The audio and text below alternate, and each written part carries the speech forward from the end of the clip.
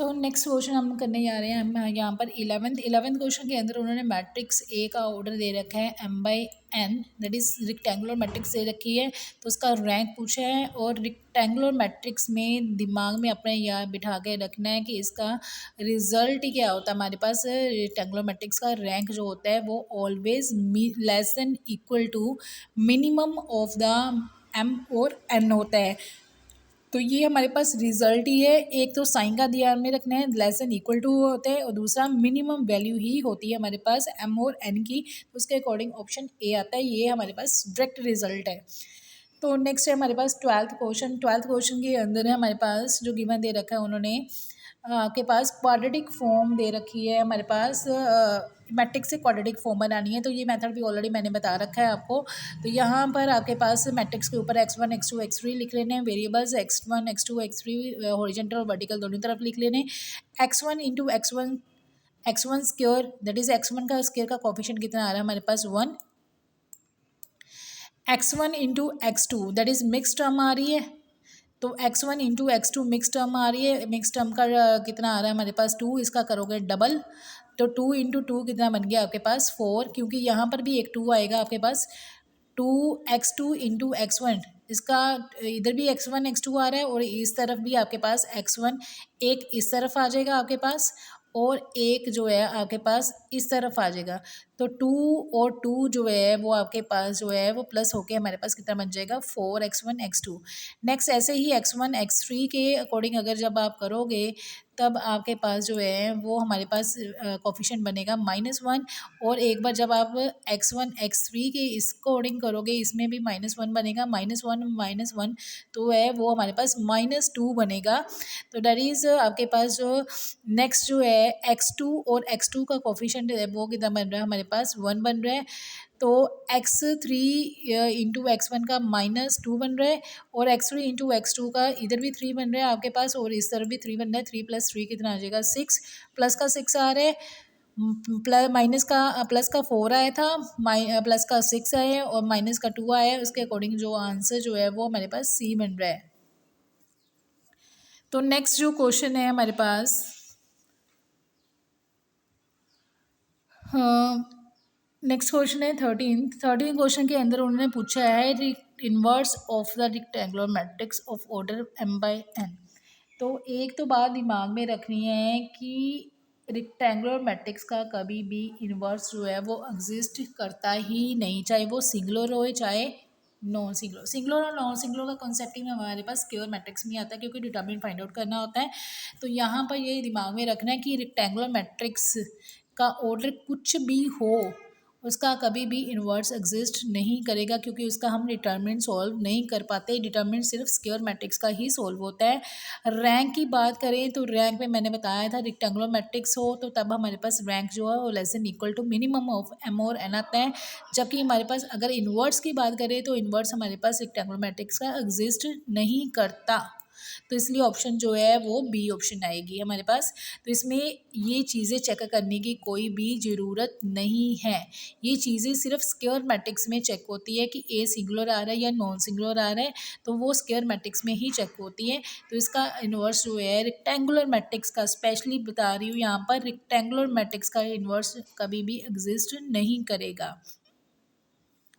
Next है हमारे पास 15th question के अंदर उन्होंने दे रखा है कि जो system of the homogeneous equation linear equation है ax इक्वल टू बी।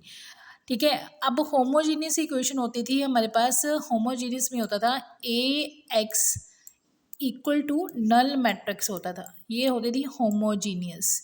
और नॉन होमोजीनियस में होता था हमारे पास ax is not equal to zero, that is equal to some solution values होती थी बी के इक्वल होता था। तो इसको हम नॉन होमोजीनियस बोलते थे, ये नॉन होमोजीनियस है। ठीक है, और ये आपके पास जस्ट होमोजीनियस आ रही है इक्वेशन ऊपर वाली। तो यहाँ पर सेकंड जो है वो नॉन होमोजीनियस इक्वेशन आ रही है, तो इसके बारे में बात हो रही है। तो यहाँ पर मैंने तीनों केस ही यहाँ पर लिख दिए हैं, ये दिमाग में रखने हैं। नॉन होमोजीनियस में केस फर्स्ट क्या है, जब आपके पास ए एक्स जो है वो इक्वल टू क्या आ रहा है, नॉट इक्वल टू ज़ीरो आ रहा है, that is equal to A X जो है वो बी के इक्वल आ रहा है।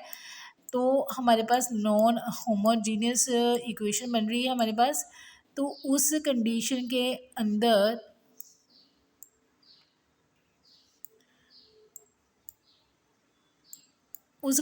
अंदर केस फर्स्ट में क्या है हमारे पास, अगर रैंक ए बी का ए के इक्वल नहीं आ रहा, नॉट इक्वल टू आ रहा है, तब कोई भी सोल्यूशन एग्जिस्ट नहीं करता और सिस्टम जो है वो इनकंसिस्टेंट होता है। ये याद रखना कि इनकंसिस्टेंट तभी होगा जब सोल्यूशन एग्जिस्ट नहीं करेगा।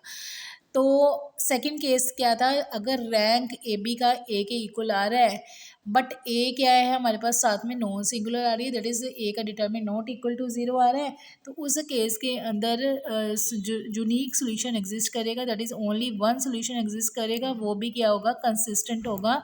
और रैंक ए बी का अगर रैंक ए की इक्वल आ रहा है बट ए जो है वो सिंगुलर मैट्रिक्स आ रही है, साथ में ए का डिटरमिनेंट इक्वल टू जीरो आ रहा है, तब आपके पास इनफाइनाइट सोल्यूशन एग्जिस्ट करेंगे और कंसिस्टेंट होगा। कंसिस्टेंस चाहे एक सोल्यूशन आए चाहे इनफाइनाइट सोल्यूशन आए, तब भी सिस्टम कंसिस्टेंट ही रहता है। इनकंसिस्टेंट कब होता है, जब आपके पास सोल्यूशन एग्जिस्ट नहीं करता, दैट इज़ नो सोल्यूशन आता है। पेपर में कंसिस्टेंसी और इनकंसिस्टेंसी के बारे में पूछ सकते हैं और सोल्यूशंस के बारे में भी पूछ सकते हैं, तो तीनों ही केस दिमाग में आपने रखने हैं। इसमें एक केस आया है, पेपर में आपको दूसरा केस भी आ सकता है, उससे रिलेटेड क्वेश्चन भी आ सकता है। तो यहाँ पर जो क्वेश्चन के अंदर पूछा गया है वो केस कौन सा बन रहा है, rank of A B is not equal to rank of A, तो यह हमारे पास पहला ही केस बन रहा है, दैट इज़ नो सोल्यूशन का बन रहा है, दैट इज़ इनकंसिस्टेंट का आ रहा है। तो पेपर में नो सोल्यूशन के अकॉर्डिंग भी पूछ सकते हैं, इनफाइनाइट और यूनिक सोल्यूशन के बारे में पूछ सकते हैं। तो अगर यहाँ पर आंसर सोल्यूशन के अकॉर्डिंग पूछा होता तो यहाँ पर नो सोल्यूशन का आंसर बनना था और साथ में सिस्टम क्या आना था, इनकंसिस्टेंट आना था। तो इसके अकॉर्डिंग आपके पास पहली ऑप्शन बन रही है ए। नेक्स्ट हमारे पास 16th क्वेश्चन। 16 क्वेश्चन को मैंने सोल्व किया है, तो वहीं से हम इसको सोल्व करके देखेंगे। इसमें भी जो कॉन्सेप्ट लगना है वो ऊपर वाला ही कॉन्सेप्ट लगना है, जो भी आपको मैंने बताया। रैंक निकाल के देखना हमने 16 क्वेश्चन के अंदर ए बी का, तो उसी के अकॉर्डिंग हम अल्फ़ा और बीटा की वैल्यूज़ निकालेंगे। ये मैंने कॉपी पे सोल्व किए, तभी मैं आपको समझाऊंगी वहाँ से। नेक्स्ट है हमारे पास 17 क्वेश्चन। 17 क्वेश्चन के अंदर हमारे पास पूछा गया है inverse of square matrix. Paper में जरा स्टेटमेंट ज़रा ध्यान से पढ़नी है। जो पहला क्वेश्चन गया था इनवर्स का, उसके अंदर रेक्टेंगुलर मैट्रिक्स दी थी, इसमें स्क्वायर मैट्रिक्स पूछी है। और स्क्वायर मैट्रिक्स का ऑर्डर हमेशा ही हमारे पास m/n या n/n, that is number of row और कॉलम्स क्या होते हैं, सेम होते हैं। और स्क्वायर मैट्रिक्स का इनवर्स तभी एग्जिस्ट करता है जब मैट्रिक्स क्या होती है, नॉन सिंगुलर होती है, नॉन सिंगुलर। और नॉन सिंगुलर का मीनिंग क्या है हमारे पास, that is A determinant is not equal to कितना होता है, ज़ीरो। तो यहाँ पर मैंने आपके पास जो है नॉन सिंगुलर का कॉन्सेप्ट आपको बता दिया है कि नॉन सिंगुलर मैट्रिक्स कौन सी होती है, that is A not equal to A determinant not equal to zero. तो ए स्क्वायर मैट्रिक्स का इन्वर्स तभी एग्जिस्ट करेगा जब A determinant not equal to क्या होगा, जीरो। तो पेपर में आपको सिंगुलर ए और नॉन सिंगुलर के कॉन्सेप्ट के बीच में भी पूछ सकते हैं। तो अगर सिंगुलर नॉन सिंगुलर का कॉन्सेप्ट पूछे तो यहाँ पर नॉन सिंगुलर का कॉन्सेप्ट ही आएगा। और फिर से मैं बोल रही हूँ कि पेपर में स्टेटमेंट ध्यान से पढ़नी है। यहाँ पर स्क्वायर मैट्रिक्स गिवन दे रखी है और जो पीछे क्वेश्चन किया था वो रेक्टेंगुलर मैट्रिक्स का है। रेक्टेंगुलर मैट्रिक्स में इन्वर्स एग्जिस्ट ही नहीं करता। नेक्स्ट हम चलते हैं 18 क्वेश्चन के ऊपर। 18 क्वेश्चन के अंदर उन्होंने होमोजीनियस इक्वेशन दे रखी है। मैंने पहले भी बताया था होमोजीनियस इक्वेशन कौन सी होती है, जब हमारे पास ए एक्स जो है वो नल मैट्रिक्स के इक्वल आती है, तब हमारे पास that is solution value zero होती है, तब हमारे पास होमोजीनियस इक्वेशन बनती है। तो होमोजीनियस इक्वेशन के मैंने यहाँ पर दो केस लिखे हैं। तो यहाँ पर क्या पहला केस क्या है, अगर रैंक जो है एन से एन के इक्वल आ रहा है, दैट एन क्या है यहाँ पर नंबर ऑफ वेरिएबल्स है। अगर रैंक जो है वो ए का एन के इक्वल आ रहा है, तब हमारे पास नो लीनियर इंडिपेंडेंट सोल्यूशन कोई नहीं होगा। पेपर में इसके बारे में भी बात कर सकते हैं, इसलिए मैंने ये लाइन भी आपको लिखवा दी है कि अगर डिपेंडेंट इंडिपेंडेंट सोल्यूशन पूछे, अगर रैंक एन के इक्वल आ रहा है, तो तब हमारे पास कोई भी लीनियर इंडिपेंडेंट सोल्यूशन एग्जिस्ट नहीं करता।